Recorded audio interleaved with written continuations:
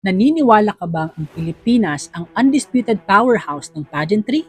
Yes or no? Pilipinas na naman, hindi lang once, hindi lang twice, kundi 4 na sunod-sunod back-to-back wins sa international pageants. At kung iniisip mong triggered na ang Mexico dati, ngayon, siguradong magwawala sila. Simulan natin ang nakakalulang listahan ng Philippine Supremacy.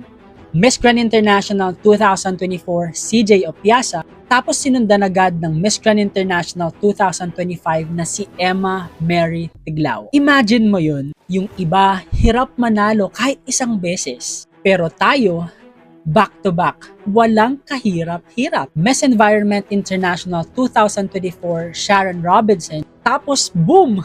2025, Ariana Pantaleon.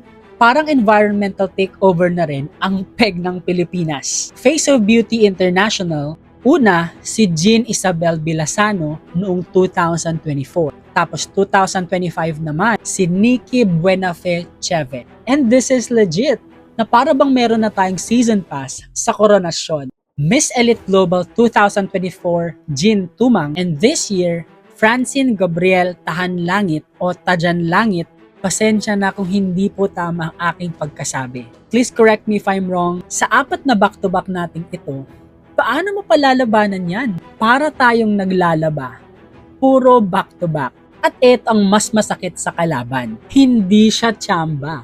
At mas lalong hindi rin siya binili, kagaya ng sinasabi ng mga taga-Mexico. Isa pa, hindi ito pa isa-isa. This is definitely a pattern.